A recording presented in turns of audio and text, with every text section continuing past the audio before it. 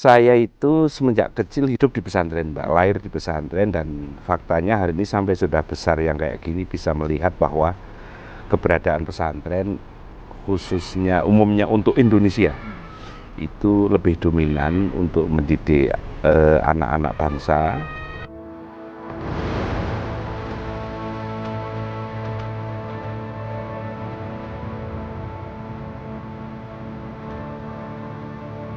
Suatu saat kalau sudah pinter dan ngaji, mereka nggak usah berpikir dadi opo.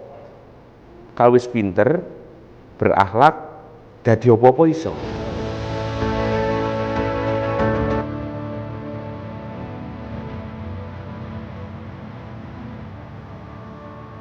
Ya, saya berharap inovasi, terutama orang-orang hari ini kan hiburan itu sangat penting.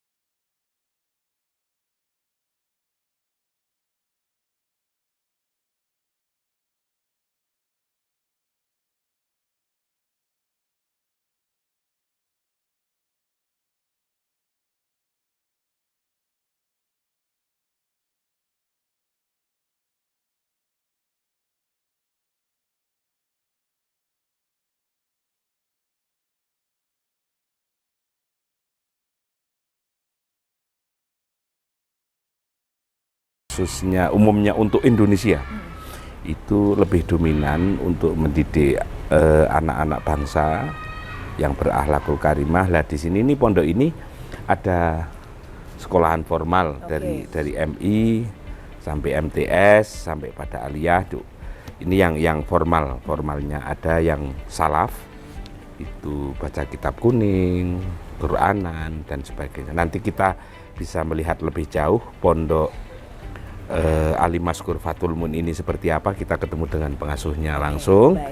Nanti kita bisa lebih jelas keberadaannya. Tapi yang pasti bahwa pendidikan pesantren ini lebih ditekankan pada sumber daya manusia yang berakhlak. Jadi bagaimana cara menghormati orang tua, bagaimana caranya menghormati orang-orang umum dan sebagainya. Oke, jadi memang anak-anak di sini dididik untuk memiliki akhlak yang baik ya, seperti itu ya. Baik Gus, kita langsung bertemu dengan pengelola itu ya dari pondok pesantren ini pemirsa, bersama dengan Gus Fadlun.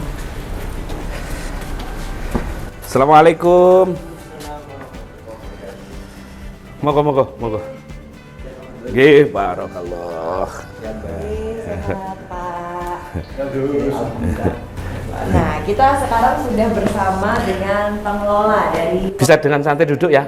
Oke. Monggo Bapak, ada Gus Husni Ma'ruf, betul nggak Gus? Husni Ma'ruf. Kita boleh ngobrol-ngobrol Gus bersama dengan Gus Fadlun ya hari ini. Nah, ini pesantren ini sudah ada sejak kapan Gus? Berdiri tahun 1982. Oh, 82. Sudah cukup lama ya. Lumayan. Pasti melahirkan santri-santri yang berakhlakul karimah itu tadi ya, yang disampaikan Gus Fadlun ya. Ini ada apa saja di sini kegiatan untuk pendidikan? Dulu pertama kali berdiri berarti embrionya itu madrasah diniyah. Madrasah diniyah berjalan ada sekitar 15 tahun. Lalu kemudian datanglah Simbah Kiai Haji Muntaha. Waktu itu pengasuh pondok pesantren Al Asyariah. Rawuh ke sini dan itulah kemudian bapak saya Kiai Haji Abdul Ghafir diperintah oleh Mbah Mun, Pak Ghafir, sampean harus buat pesantren. Itulah mulai pertama kali. Tapi prinsipnya bahwa ini pondok pesantren berdiri itu salah satu karakternya kiai-kiai kita itu, kalau nggak ada dawuh nggak berangkat, Pak. Tiba-tiba Mbah Al-Maghfur lah, Mbah Kiai Muntaha Al-Hafidh Kalibeber itu memerintah. Kalau sudah diperintah, antiknya kiai itu walaupun nggak punya modal apa-apa pasti berudal, Pak, pasti berangkat. Jadi senggai pondok dari murid 5, 7 dia enjoy aja karena ini didawuh oleh seniornya. Jadi Mbah Kiai Muntaha ini kan termasuk kiai yang mencetak Quran terbesar di dunia. Itu kan di Kalibeber yang sekarang ada unsik dan sebagainya lah itu. Jadi Allah yang telah menciptakan kalian dan kalian itu yang harus meramaikan bumi. Wastakmarukum fiha. Sehingga contoh seperti alumni pondok sini itu oleh bapak saya itu tidak boleh semuanya jadi kiai. Maka ada yang seperti Pak Fadlun jadi anggota dewan, ada yang jadi polisi, ada yang jadi TNI, ada juga yang jadi kiai petani. Karena di mana ada lahan kemanfaatan, disitulah harus siap untuk berkhidmah bahasanya. Baik. Nah, untuk menciptakan sosok-sosok yang luar biasa itu tadi, pasti di sini juga diberikan berbagai fasilitas. Nah, di sini ada fasilitas apa saja, Ada. Mas? Jadi gini, Mbak. Ini itu dulu bapak saya kan PNS. Seperti Gus Fadlun sampaikan, dipaksa untuk ngajar. Sehingga karena PNS zaman dulu kan Umar Bakri ya, gajinya tapi Mbah Muntaha itu sudah ketika dawi supaya buat pesantren itu sudah serojone acung-acung. Itu milik Pak Ghafir, itu milik Bu Istiqomah, saya Bu Istiqomah. Lah ibu saya waktu itu di hati mau dibeli pakai uang apa, saya saja masih kekurangan. Mbah Mun itu seperti tahu, sudah Bu Is, amin saja, amin saja. Akhirnya ibu amin dulu. Akhirnya menyetujui. Nah, dulu santri-santri awal itu pasti disuruh oleh bapak. Setelah bapak pulang ajar, itu ada yang nanam padi, ada yang nanam bako di sini, bahkan ada yang ternak. Itu sejak awal sudah seperti itu. Jadi memang prinsipnya karena kita diberi tangan yang bebas ini, harus kita gerakan tangan itu, nanti rezeki akan datang. Sehingga semuanya skill nggak bisa dibatasi. Ada juga yang jadi malah punya bengkel. Jadi otodidak setelah terjun, bagaimana akhirnya buka bengkel, alhamdulillah laris juga. Baik. Jadi di sini ada kamar-kamar selain sekolah ya, ada Ya. kamar, kemudian ada fasilitas-fasilitas pendukung lainnya seperti tempat untuk ngaji Ya, juga ada. olahraga juga ada. Tadi ada kolam ikan juga itu Ada. untuk aktivitas. Nah itu santri juga. kalau ikan urusannya sama saya. Pak. Ini kalau kesini bakar-bakar itu kan ya. Itu dari kolam Ya, itu ya. Oke. mosok dingutok, digumtok kan nggak bener. Ya kalau dipangan gitu loh maksudnya Baik. begitu. Pemirsa, kita akan cek ya sebentar lagi. Kita akan keliling pondok ya Gus Oke, ya. siap. Kita akan cek dan kita akan bertemu para santri yang sedang belajar untuk memperbaiki dan membenarkan itu tadi ya. Sebelum nanti keluar santri jadi orang-orang yang berakhlakul. Iya. Ya, oke Gus, kita Oke, siap. boleh keluar Oke. jalan-jalan. Oke.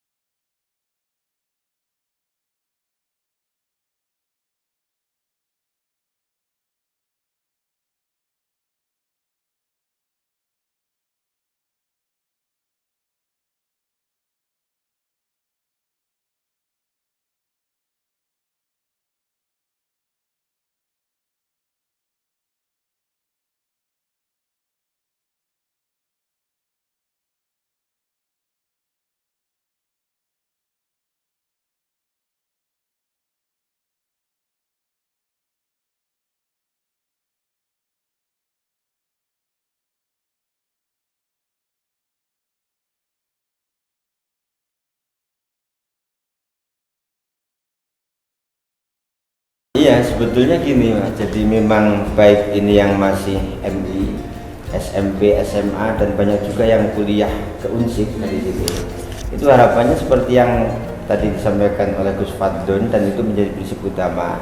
Yang penting akhlak itu baik. Adapun nanti setelah akhlak baik, ada yang cita-cita jadi dokter, ada yang cita-cita jadi pilot dan lain sebagainya. Itu nanti yang sudah-sudah akan menjalankan. Dengan sendirinya itu akan mendapatkan apa yang oleh Allah telah digariskan, dan itu yang kita yakini. Dan yang paling perlu sadari gini Mbak, kalau anak-anak yang kayak gini secara syariat pun yang terkena hukum wajib itu orang tua Mbak. Karena kalau yang diwajibkan mereka kesadarannya belum ada. Dan pendidikan pondok itu yang penting pinter Mbak, pinter dan berakhlak. Karena cara rumusnya kalau dia, yang penting dia sekarang belajar ngaji punya akhlak dan sebagainya. Besok kalau suatu saat kalau sudah pinter dan ngaji, mereka nggak usah berpikir dadi opo. Kalau wis pinter, berakhlak, dadi opo iso. Keberadaan gedung baru yang representatif dan fasilitas pesantren yang memadai membuat para santri semakin nyaman untuk menimba ilmu agama.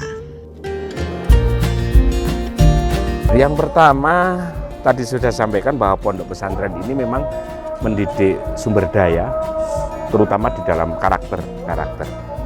Yang kedua, di sini ada kelebihan, Mbak. Di sini bunyainya itu bisa qiraah sabah. Qiraah sabah itu artinya membaca Quran dengan beberapa cara.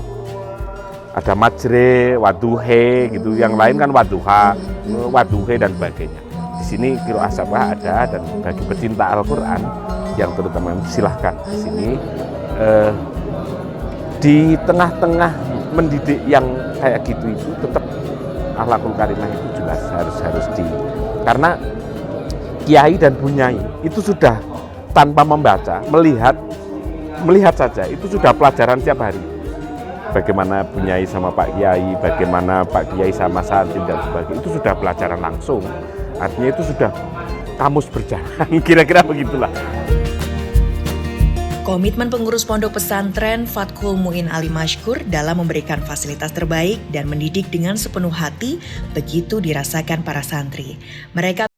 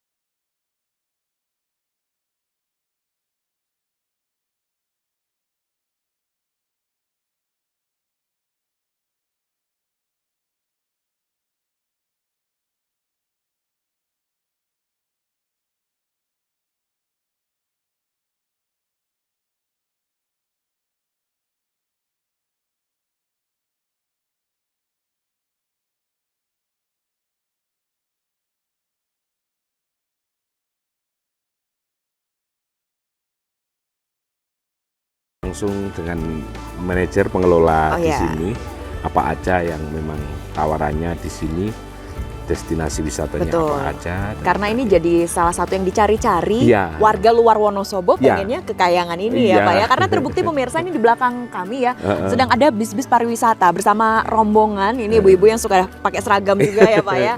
Jadi ini terbukti kalau salah satu wisata tujuan. Nah, nanti kita juga akan ngobrol-ngobrol, plus kita akan mengeksplor bagaimana tempat wisata Kahyangan Skyline hari ini bersama dengan Gus Fadlun. Ayo kita langsung masuk ya Gus ya. Oke, siap. Assalamualaikum. Selamat datang Fadlun. Ya, Devi Bu. Nah, pemirsa, setelah kita berhasil masuk nih ya di Kahyangan dengan tadi memasukkan kartu, kemudian bisa masuk dengan akses. Nah, ini kalau kita lihat ada beberapa spot-spot yang menarik, Ibu ya. Ini bisa dijelaskan ada spot apa saja di sini? Kita punya teras kaca di sebelah sana kan. Kemudian kita punya hammock di atas. Oke. Kita punya camping ground di atasnya lagi. Kita punya pergola untuk arisan-arisan, spot-spot foto, kemudian tempat duduk-duduk. Ada Nagari Resto yang baru nih, kebetulan baru buka nih. Iya. Kolamnya juga baru nih, Bu? Ya, kolamnya baru jalan berapa ya? Sekitar 5 bulan. Oke. Ya, ini kafenya Kahyangan juga. Jadi memang ini satu resto dan juga ada penginapannya juga yang menawarkan pemandangan Telaga Menjer. Langsung ke sana. Kita punya camping ground di atas, Oke. namanya Sini Camp. Jadi kita bisa berkemah sekaligus melihat sunrise sama sunset. Kalau pas cuaca bagus luar biasa. Bintang kalah deh. Sayangin lagi mendung jadi ya, pengen Bu, loh Mbak ini. Iya, jadi kapan-kapan diagendakan berarti Oke, Pak ya siap. untuk menginap ke sini ya. Nanti kentak aja gitu. Oke, nah ini Gus Fadlun gimana melihat perkembangan pariwisata yang ada di Wonosobo? Oke, saya bangga bagian dari Wonosobo yang hari ini di provinsi juga. Tapi karena memang tempat-tempat hiburan yang kayak gini, nuansa refreshingnya itu kental. Jadi memang dengan segala aktivitasnya, siapapun itu orang yang memang butuh refreshing. Iya. Jadi tempatnya yang kayak gini tadi kan sudah ditawarkan tempat mau yang seperti apa. Ini penting karena memang biar lepas dari pikiran yang lain lah. Jadi urusan kalau seperti tadi rombongan ibu-ibu itu kan dia kan seneng ya, dia seneng dan sebagainya. Ini salah satu spot yang viral Bu di mana-mana. Kahyangan Skyline. Ada tulisannya dan belakangnya langsung Telaga Menjer biasanya ya. Jika Anda ingin menguji adrenalin, ada spot foto jembatan kaca dan jaring-jaring yang berada di ketinggian. Wahana lain yang dapat dinikmati di kawasan ini adalah playground anak-anak, waterboom, camping ground, outbound, serta para layang. Sejuk sekali udaranya ya Ibu ya. Kita sudah sampai di teras kaca pemirsa, ini adalah salah satu unggulannya di sini ya Ibu ya. Dan view-nya langsung cakep banget ini Pak, Telaga Menjer. Udah pernah kesini belum foto-foto Pak? Saya sering. Sering ya? Karena harus menikmati. Orang lain ke sana menikmati di sini, mas saya enggak. Nah, itu dia ya.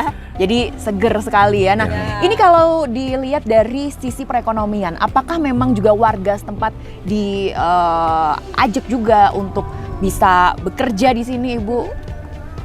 Iya, ini kebanyakan karyawan di sini adalah sebagian adalah orang lokal. Oke. Warga lokal Telogo sini kita pekerjakan di sini, sebagian juga dari luar. Oke. Dari luar pun masih seputaran Wonosobo ya. Iya. Karena kan kita punya akses luar biasa. Jadi yang kerja di sini pasti orang-orang luar biasa. Betul-betul memberdayakan warga Wonosobo ya. Berarti ini perekonomiannya juga bagus dong Pak dengan adanya tempat wisata ini ya. Kemudian dari sisi profit nih Bu, apakah cukup mendongkrak pemasukan untuk sektor pariwisata di Wonosobo ini? Cukup mendongkrak juga, jadi kita saling sinergi ya. Jadi kayak misalnya ada pedagang-pedagang yang mau jualan di saat weekend pun boleh. Kita punya tempat sendiri di atas. Kemudian tetangga-tetangga yang mau apa ya istilahnya ikut jadi THL, jadi tenaga harian lepas. Oke. Orang-orang Iya. Terus kita rame, kita tenaganya kurang cukup ya, kita ambil dari orang-orang lepas. Oh, oke. Betul-betul memberdayakan masyarakat Pak. Jadi ada lapangan pekerjaan baru ya dan dari insya sini. Allah Wonosobo kebijakan daerahnya pun begitu. Jadi harus mengutamakan sumber daya di lokal. Selama memang itu karena kan ada job-job yang memang harus butuh SDM yang lebih gitu ya. Kalau memang nggak ada ya boleh baru lihat ngambil dari luar. Dan itu kebijakannya memang sinergi antara penghasilan asli daerah dan nanti untuk kegiatan kemasyarakatan dan lain sebagainya. Dan ini nanti merembet juga Mbak, artinya masyarakat, parkir, apa dan jual beli dan sebagainya. Betul. Oke, nah ini kan untuk akses ke sini lumayan ya Bu ya, karena tadi kalau kita naik harus gantian dengan mobil turun. Nah nanti apakah kedepannya akses itu akan juga diperhatikan Bu? Untuk akses, kebetulan kita kan jalan desa, jadi mungkin nanti kita akan terus perbaiki saja. Kemudian ada wacana nih dari dinas terkait untuk 2025 kita akan di aspal. Oh, ya, oke. Mungkin lebih, walaupun tetap buka tutup, tapi tetap kalau jalannya bagus kan enak ya. Jalannya lebih enak. Gitu. Oke, kita tunggu ya. Berarti nanti kapan-kapan kita kesini lagi ya Gus ya. Tapi saya seneng yang buka tutup Mbak. Oh. Jadi nuansa wisatanya itu Betul. ada. Di bawah tadi kita sempat berhenti dulu soalnya Gus ya. Kan juga penasaran toh kayak apa ya di atas kan. Namun jika Anda hanya ingin duduk-duduk pun tidak kalah menyenangkan. Selain udara yang sejuk, sesekali akan terlihat para layang di angkasa yang tengah mengudara. Sedangkan untuk camping ground, para layang, dan outbound, pengunjung dapat reservasi terlebih dahulu.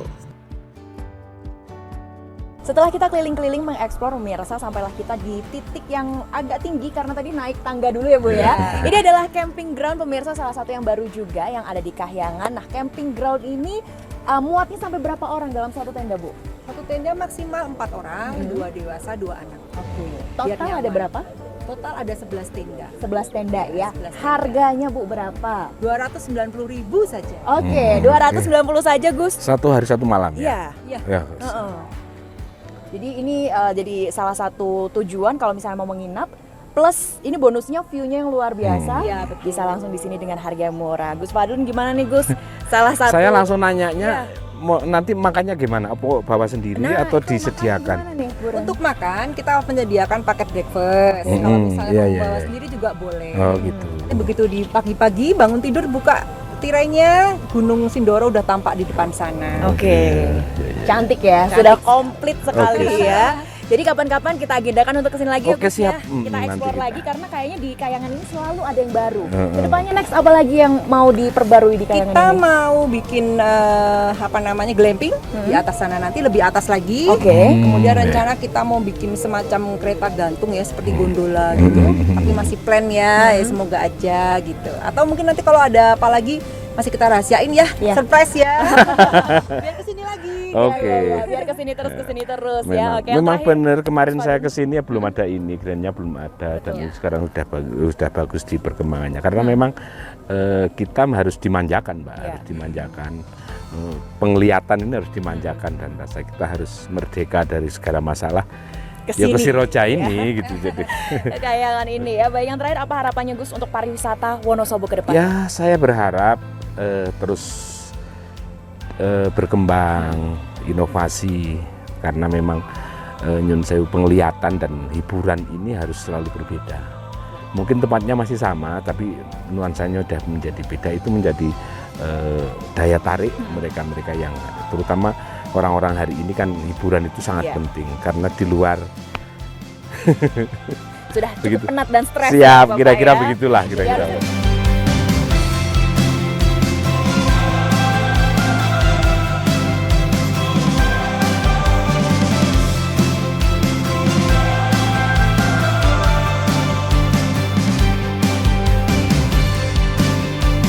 Dari wisata Kahyangan Skyline Wonosobo, saya Septiana Devi undur diri. Sampai jumpa di Proaktif selanjutnya.